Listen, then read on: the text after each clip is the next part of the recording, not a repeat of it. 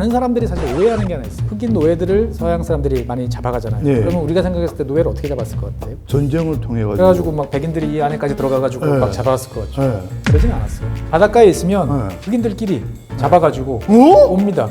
그러면 백인들하고 물건을 맞바꾸는 거예요. 물물 거래의 대상인 거죠. 유리구슬, 대야, 뭐 노쇠. 생전 처음 들었어.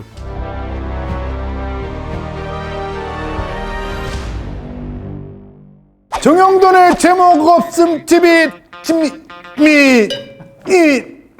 오늘의 선생님은 우리 최준영 박사님 반갑습니다. 안녕하세요. 안녕하세요. 선생님입니다. 선생님 반갑습니다. 선생님 일단 자기소개 한번 부탁드리겠습니다. 법무법인 율촌에서 근무하고 있는 최준영이라고 합니다. 율촌이면 우리나라 4대 로펌 중에 이제 한 곳이죠. 그럼 변호사? 저는 변호사는 아닙니다. 네. 저는 이제 공학 박사예요. 근데 왜 율촌에서? 고속도로나 국도 예. 다니시다 보면 야생동물이 지나다니고 있습니다. 예, 예, 있잖아요. 예. 그거 원래 제가 처음 한 거거든요. 아 진짜요? 넓은 의미에서 이제 환경 쪽 뭐 일을 이제 쭉 했는데 뭐든지 처음이 중요해요. 박사학위를 받고 난 다음에 어디 연구소에 가서 일을 할 줄 알았는데 네. 첫 번째 일한 곳이 이제 문화체육관광부. 문광부에서요? 예. 문화체육부하고 뭐가 있지?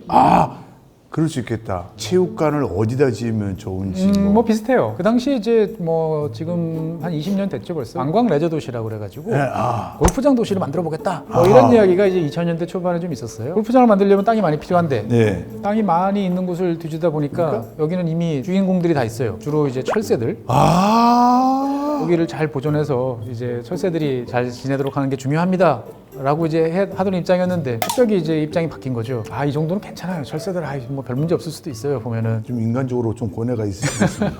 한 2년 정도 이제 그 일을 하다가 국회 입법조사처라는 곳으로 자리를 옮겨서 그곳에서 한 10년. 옆에 이제 같이 환경일 하시는 분이 계셨는데 되게 바쁜 거예요. 제가 일 좀 도와드릴까요? 막 그랬더니 하다 보니까 이거 갖고 가세요. 그래서 뭐예요? 그랬더니 애기를 좀 해달래요. 딱 받았는데 받고 난 한 달 후부터 미세먼지 문제가 빵 터지더니 네, 학부 졸업한 이후로 이제 화학식을 볼 일이 거의 없었는데 네. 갑자기 난데없는 이제 화학식, 그것도 이제 아주 어려운 CO2 정도 괜찮죠.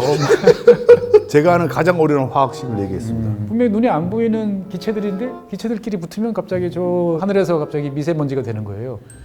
지금 여기에도 대기 중에 제일 많은 물질이 뭔지 압니까, 여러분들? 산소, 이산화탄소, 70% 이상의 질소입니다. 여기까지입니다. 그러면 충분하죠, 보면은. 근데 어쨌든 제가 지금 선생님 컨텐츠를 몇 개 보고 이 선생님의 이 깊이에 한번 빠져보고 싶다. 선생님하고 한번 세상을 다뤄보고 싶다. 좋습니다만 제가 역량이 될지는 잘 모르겠습니다. 무조건 되십니다. 그래서 제목 없음 TV 최초로 지금 티치미 시리즈 최초로 저희가 돈을 드렸습니다.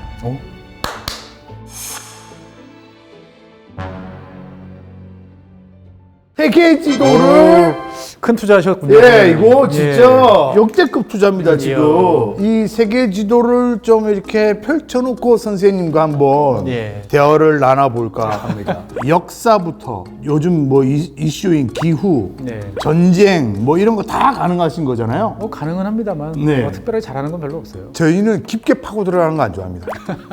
깊게 들어가려고 그러면 제가 칩니다. 제가 깊이까지 못 가기 때문에 일단은 가볍게 툭 하나 치고 갑니다. 툭 하나 툭 하나. 치고 일단은 요거 우리 일본, 예. 중국 요거 예. 요거 안 훑고 갈 수 없지 않습니까? 그렇죠. 중국이 지금 난리 아니겠습니까? 경제가 뭐 좀 좋지 않죠? 홍다도 파산하고 여러 가지 네. 뭐 지금 경제적으로 난리인데 그리고 지금 엔저 낸죠. 이런 것들이 이제 우리나라에 어떤 영향이 있을까? 아주 어려운 질문을 깜짝 놀랐죠? 지금 나 이렇게까지 깊이 있는 얘기할 줄 몰랐지? 그동안 한 30년 가까이 이제 중국 덕택에 네. 잘 살았죠. 세계의 네, 공장. 중국이 이제 세계로 막 이렇게 하늘로 올라간 용이면 대한민국은 그 용 뒤에 탁 올라타가지고 모가지에 이제 빨대 3개를 탁탁탁 꽂아가지고 쪽쪽쪽 빨면서 잘 빨았죠. 예, 꿀 빨면서 네, 꿀 빨았지. 여기까지 와서 선진국이 됐어요. 네. 근데 이제 이 용이 이제 요즘에 올라가는 것도 영 비실비실하고 영 시원찮아. 그리고 이제 결정적으로 뒤에 누가 올라탄 거를 이제 싫어하는 것 같아요. 지금. 그동안에는 서로 이제 도움을 주고 받았죠. 네. 중국이 물건 팔려면 대한민국에서 뭐 여러 가지 원료를 조달해 줘야 되고 그렇죠. 자기들이 그걸 가지고 이제 만들었는데 이제 우리가 중국에 팔던 것들을 중국 친구들이 다 만들어요, 대부분. 오히려 더 싸게,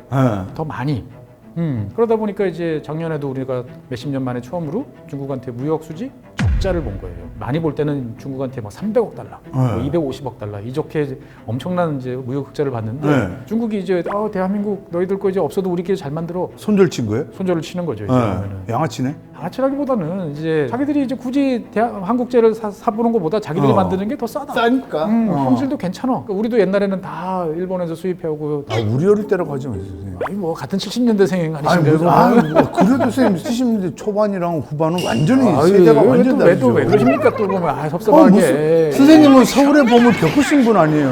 저희는 기억이 없어요, 서울의 봄이. 요즘 그런 상황인 그래서 거고. 중국이 이제 그런 상황이고 예. 일본은 지난 30년 동안 이제 잃어버린 잃어버린 10년이었다가 예. 잃어버린 20년이었다가 잃어버린 30년이었다가 잃어버린 무한대로 갈 줄 알았는데 요즘엔 일본이 괜찮아지는 것 같죠. 예. 그러니까 이제 제가 느끼면은 일본이 이제 드디어 터널 끝에 이제 빛이 보이기 시작하는 것 같아요. 왜요? 그러니까 이제 여러 가지 요인이 있죠. 뭐 네. 돈도 많이 풀었고 이탈리아랑 일본이 이제 고령화 사회, 나이가 막 늘어가고 사람들이 이제 줄어들고 하는 거를 겪었는데 이제 일본 사회가 적응한 것 같아요. 나름대로.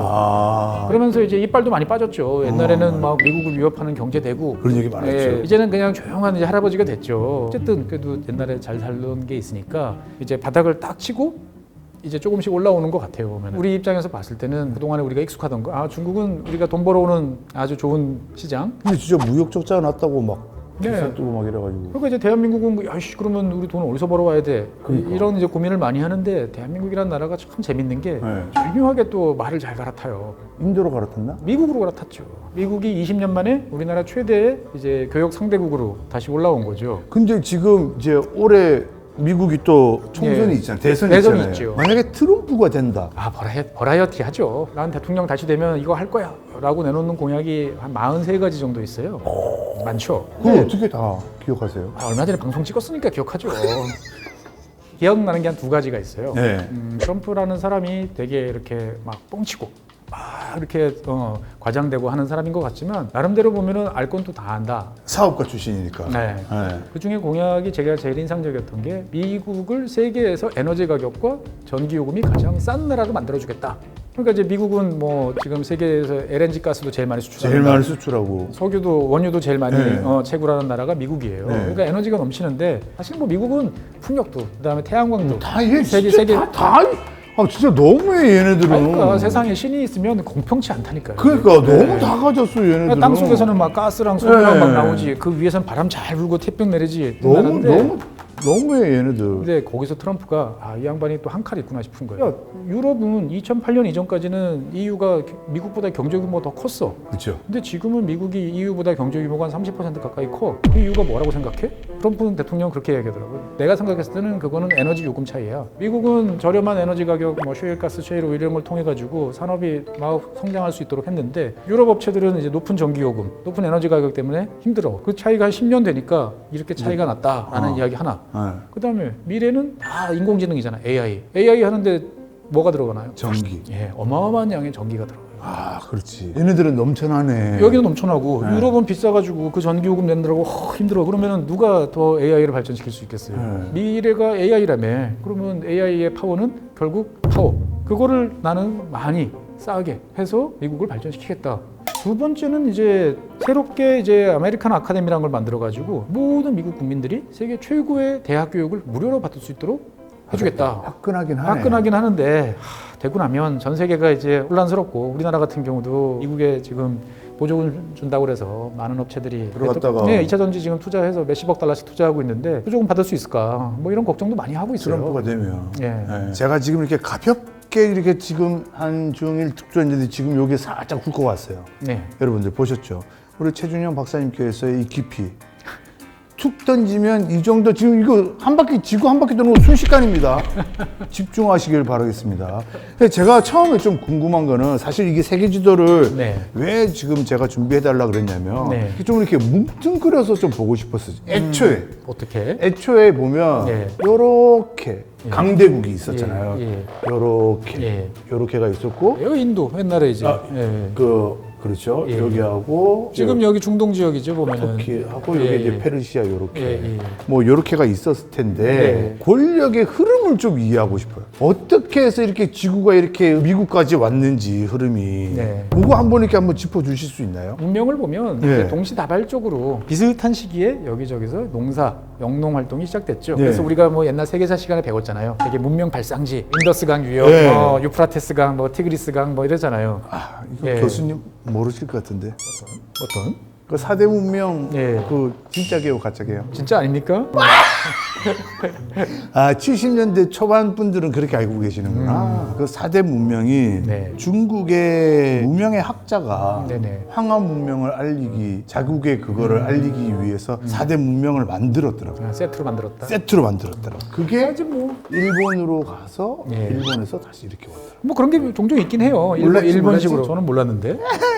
근데 보통 이제 우리가 역사가 제일 오래된 지역이 어디냐 그러면은 주로 이제 이집트. 이집트. 그 다음에 사실 더 거슬러 올라가면 여기는 터키라 돼 있네. 이제 튀르키예. 튀르키예. 요 지역이 제일 오래돼요. 거슬러 올라가면. 그래요? 예. 그래서 이제 이 지역에서부터 뭔가 이제 주변 지역으로 퍼져 나갔다라고 이제 생각하는 경향이 많은데 지금 우리가 보통 지금 뭐 4대 문명이라 하는 그런 주요 문명 지역에서 이제 농업이 이제 발달하기 시작을 해서 농업을 하면 아무래도 사람들이 안정적으로 먹고 살만하니까 이제 문명이 이제 발달을 하게 되는데 사실 이 세계의 역사를 그냥 간단하게 보면 결국은 힘, 에너지의 역사예요.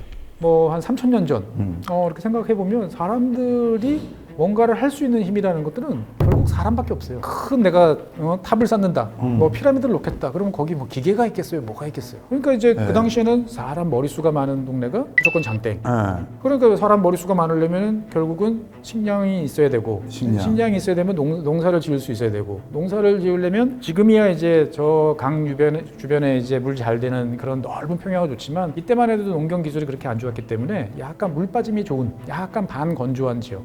그런 지역들이 농사짓기 좋은 땅이었어요. 농사를 어떻게 짓게 된 걸까요? 처음에 쌀 농사였나? 쌀은 원래 이제 이것도 참 이제 시청자 여러분들께서 또 민감하신데 어떤 분들은 대한민국에서 세계 최고의 제일 오래된 쌀 흔적이 발견됐다. 발견됐잖아요. 저도 방송을 한번 했는데 그거에 대해서는 또 전문가들끼리는 또 의견이 엇갈려요. 근데 어쨌거나 아시아 쪽에서는 주로 쌀이 많고 이쪽 지역에서는 밀이 많은 거죠. 보면은 그냥 상식적으로 생각해 보면 지나가다가 곡식 이거 좋네 이렇게 먹었는데 지나가니까 또 나. 그러니까 또 하다 보니까 야 이거 모아가지고 지으면 좋겠다.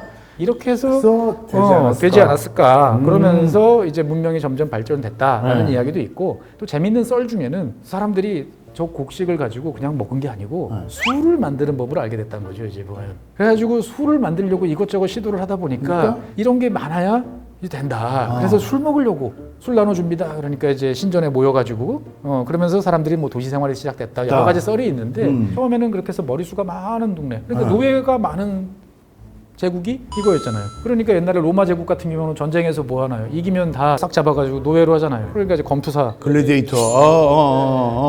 그래서 이제 로마 제국이 이렇게 만들어지는 거고 이제 이쪽에 있던 진나라 한나라도 다 이제 아시아에서는 노예라기보다 노비라는 표현을 많이 썼지만 그렇게 해서 이제 인류 역사가 쭉 흘러오다가 시간이 지나니까 이제 가축의 힘에 대해서 사람들이 이제 인식을 하게 된 거죠. 말, 뭐 양 이런 것들이 이제 많으면 힘이 더 센다. 그 중에서도 말은 덩치도 커, 속도도 빨라, 전쟁에도 쓰고 농사 지을 때도 쓰고 좋아. 말 키우기 제일 좋은 데가 이 중앙아시아 지역 이쪽이잖아요. 보면은 여기 누가 있었죠? 징기스칸 있었잖아요. 그러니까 가축의 힘이 파워풀했던 시절에는 이 유목민족들이 갑자기 또 부흥을 하면서 전 세계를 싹쓸이한 거죠. 그러다가 이제 땅 파면은 석탄 나오는 나라가 이제 영국이잖아요. 석탄이 영국에서 제일 먼저 발견된 거예요? 뭐 원래는 역사적으로 보면 송나라 때 많이 썼어요. 진짜 이미 그때 석탄을 썼어요? 그래서 송나라 같은 경우가 역사적으로 보면 산업혁명 직전까지 갔다라고 보통 이야기를 많이 해요. 대박, 진짜요? 영국이 산업혁명을 시작을 했을 때도 꽤 오랜 시간 동안 이 당시 송나라가 만들었던 철강 양을 영국이 못 따라갔을 정도예요. 영국이 이제 뭔가 이제 산업이 좀 발전하기 시작을 하는데 제일 중요한 거는 철을 만들어야 되는데 나무가 없어. 수출 만들 나무가 없으니까 땅 파면 석탄인데 저거 가지고 써먹을 수 없을까? 그래가지고 영국이 이제 산업혁명을 이제 본격적으로 시작을 하죠. 그럼 석탄을 많고 그 석탄을 가지고 뭔가 만들 수 있는 나라가 힘이 세지는 거죠. 이때서부터는 본격적으로 어떻게 보면 변방이라고 할 수 있는 이 저 유럽 나라들이 이제 세계를 이제 지배하는 시작이 됐죠. 그래서 영국은 석탄의 나라니까 석탄을 가지고 전 세계를 쭉 가다가 어느 순간 미국 대륙, 러시아 여기저기서 석유들이 이제 발견이 되는 거죠. 그러면서 이제 19세기 후반서부터 석탄과 석유가 경쟁을 하다가 20세기 초반에 여러분들 잘 아시는 윈스턴 처칠. 그 양반이 이제 그 집안이 금수저예요. 그래가지고 이제 어린 나이 때부터 이제 뭐 해군 장군도 하고 막 그랬어요. 그러면서 이제 본인이 딱 보는 거죠. 독일 애들이 저 배 만들어가 쫓아오는데 이거 석탄으로 하는 배 가지고는 쟤랑 싸우면은 게임이 안 될 것 같아. 그래가지고 처칠이 결단을 내려요. 이제부터 해군은 핵 원자로? 석유로 간다. 아. 석탄은 떼내면은 이제 재도 꺼내야 되고 네. 다시 실으려면 항구에 가서 꼭 이렇게 실어야 되잖아요. 근데 석유는 액체니까 그냥 배에서 배로 콸콸콸 부으면 넘어갈 수도 있고 같은 양을 실으면 훨씬 먼히 갈 수 있는 거예요. 그래서 이제 영국이 석유로 이제 넘어가기 시작했는데 미국 입장에서 봤을 때는 석유는 우리 것이 많지. 이제 20세기에 들어와서는 석유의 시대가 되니까 그럼 석유를 세상에서 제일 많이 갖고 있는 나라 러시아, 미국, 사우디 뭐 이런 나라들이죠. 근데 그 중에서 미국은 원래 이제 파워풀한 나라였는데 석유의 시대가 오니까 더 승승장구를 하는 거죠. 그래서 이런 흐름으로 쭉 보면 이제 자연스럽게 세상이 어떻게 돌아가는지를 이제 보여지는 거죠. 아니 그러면 쌤 잘 봐요. 우리나라는 왜 석유가 안 나요? 그거는 이제 당군 할아버지가 털을 잘못 잡으신 거죠.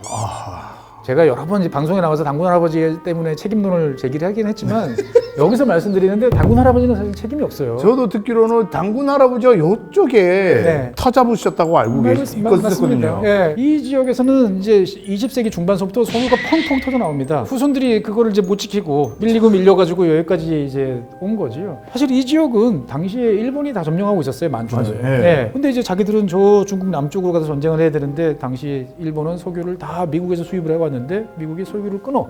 그럼 우리 어떡하지? 라고 생각을 해서 벌어진 전쟁이 사실 태평양 전쟁이에요. 근데 만약에 여기서 석유가 나는 거를 일본이 알았다면 그러면은 이제 역사가 어떻게 됐을까 생각해 보면 재밌는 거죠. 그러면 당분간은 미국을 견제할 수 있는 현재로서는 그러니까 참 이게 묘한 게 있는 놈들이 더해요. 그러니까 여기 지금 사우디 같은 경우가 이제 세계에서 석유가 제일 많이 나는 세 나라 중에 한 나라잖아요. 네. 러시아, 미국, 그다음에 사우디 이렇게 세 나라가 이제 1, 2, 3를 가는데 작년에 이제 사우디가 중국 과학자들을 불러가지고 사우디 꽤 넓잖아요. 보면. 여기를 이제 싹 조사를 했어요. 우라늄이 얼마나 있나. 우리 원자력 발전 한번 해보려고 하는데 우라늄까지 건드려요. 그래가지고 싹 해보니까 전 세계 현재까지 알려진 매장량의 9%가 사우디아라비아에 매장돼 있어요. 이거도 너무한 거 아니냐고. 그러니까 이제 이 뭔가 신들이라는 존재가 이렇게 좀 몰빵을 해주는 것 같아요. 보면은. 세상 자체가 일단은 불공평하기 시작했네.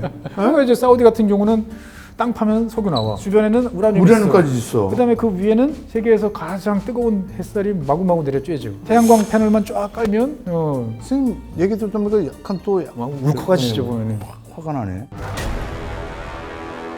지도를 투자를 많이 하셨는데 네. 사실 약간 아쉬움이 있어요. 이왕 이제 투자하실 거면 지도 말고 지구 보온을 갖다 놓으시는 게 훨씬 정확해요. 메르카토르도법이라고 그러죠. 아니 몰랐지? 위로 갈수록 크게 그렇습니다. 확대되는. 이 지도를 보면 러시아 역시 위대한 나라야 막 어마어마하게 크죠?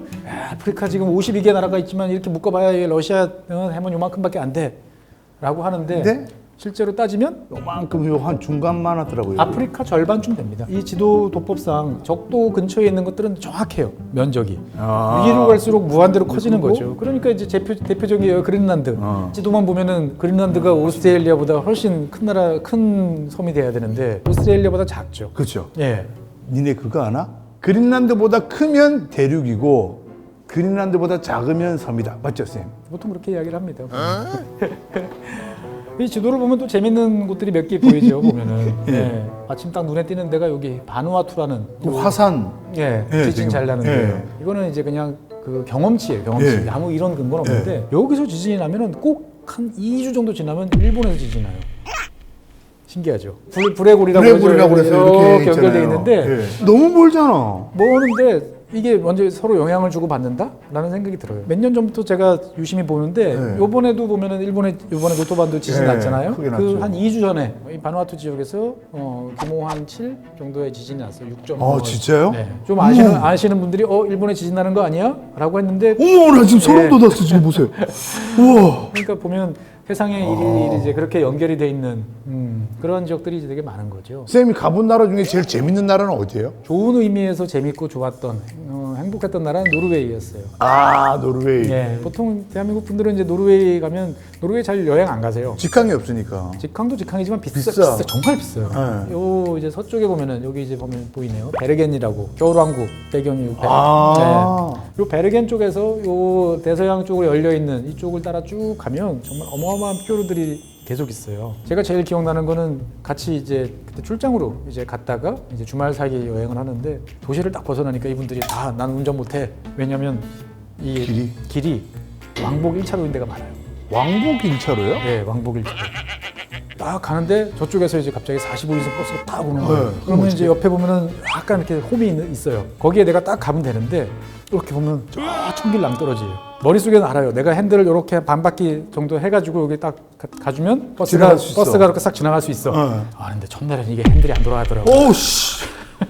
그럼 어떻게? 첫날만 그래요. 이제 둘째 날부터는 이제 그냥 아무 생각 없이 그냥 막 이제 운전하는데 노르웨이는 그래서 가보면 사람이라는 존재가 참 자연에 비하면 정말 하잘 것 없다 이런 생각이 참 많이 들어요. 제가 지금 유럽 좀 얘기하다 보니까 이제 좀 최근에 좀 드는 생각입니다, 박사님. 뭐 모를 때 이렇게 머리에 든 게 없을 때 유럽 가면 난 그렇게 좋더라고. 좋죠. 근데 이제 방송이든 뭐 이렇게 접하는 분들이라든지 이렇게 얘기를 좀 이렇게 듣고 방구풍을 하다 보니까 나는 이게 갈수록 영국이 지랄 같은 거야. 전 세계 이 분쟁이나 이 아프리카 대륙이라든지 뭐 이게 웬만한 분쟁은 전부 다 영국 짓인 것 같은 거야. 그러니까 이제 뭐 이 나라 도대체 왜 저러고 있어? 라고 하면 일단 찍으세요. 영국이 문제야.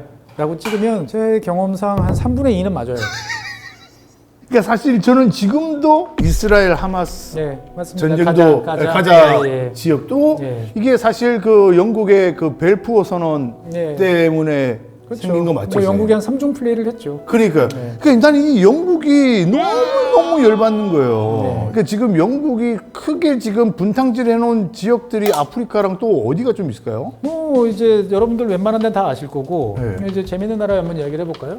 여기 이제 남미에 보시면 커다란 이제 브라질이 있죠. 네, 브라질. 브라질 위에 베네수엘라, 미녀의 고향인 네. 이제 베네수엘라가 있고 그 옆에 보면은 이제 영화로 잘 알려진 수리남 있네. 수리남 옆에 보면은 왼쪽으로 서쪽에 보면 가이아나가 있네. 오른쪽으로 보면 기아나가 있어요. 네. 비슷한 이름이 가이아나. 기아나는 이제 프랑스령이에요. 프렌치 기아나라고 보통 부르고 네. 여기서 이제 뭐 우주로 가는 로켓도 쏘아 올리고 이제 그런 거고 또 수리남 옆에 있는 가이아나가 최근에 로또를 맞았잖아요. 이 가이아나가 제가 뭐 듣기는 석유가 뭐 하나 네, 그죠? 맞습니다. 요 바다 쪽에. 네. 그래서 이제 해상에서 지금 석유가 엄청나게 나오고 있어요. 그래서 이제 어느 정도 나오느냐? 2030년쯤 되면 이 어마어마하게 큰 브라질이 생산하는 석유 양보다 더 많을 수도 있어요.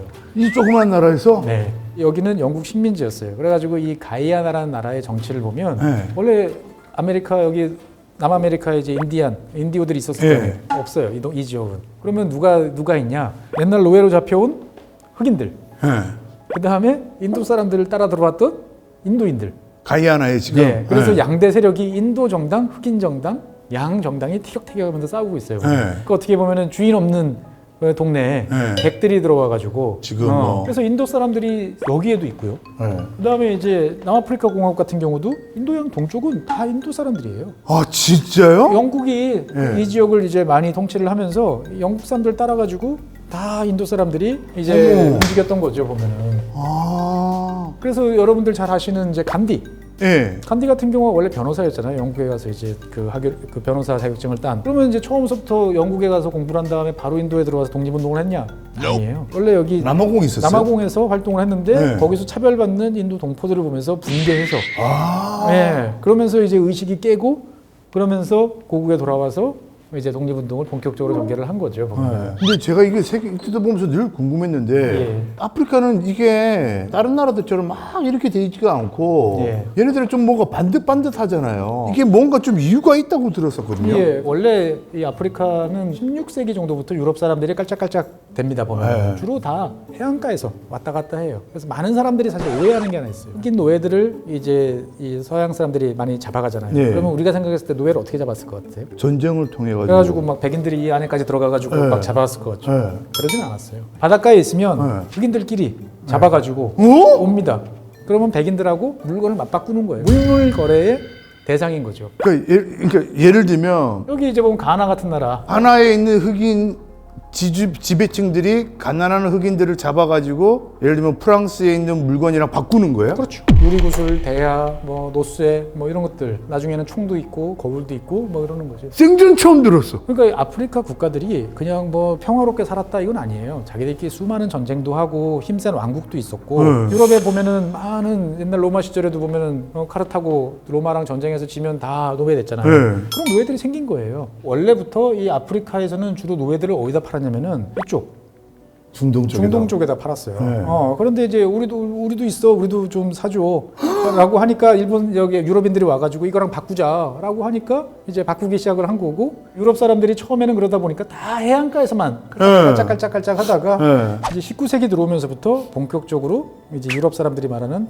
탐험의 시기죠. 그래서 뭐 리빙스턴 뭐 이런 사람들이 나오면서 이제 오지를 탐험하고 그러면서 이제 유럽의 나라들이 땅을 갈라먹기 시작을 하다 보니까 여러 곳에서 충돌이 벌어지는 거죠. 그러니까 비스마르크가 다 집합.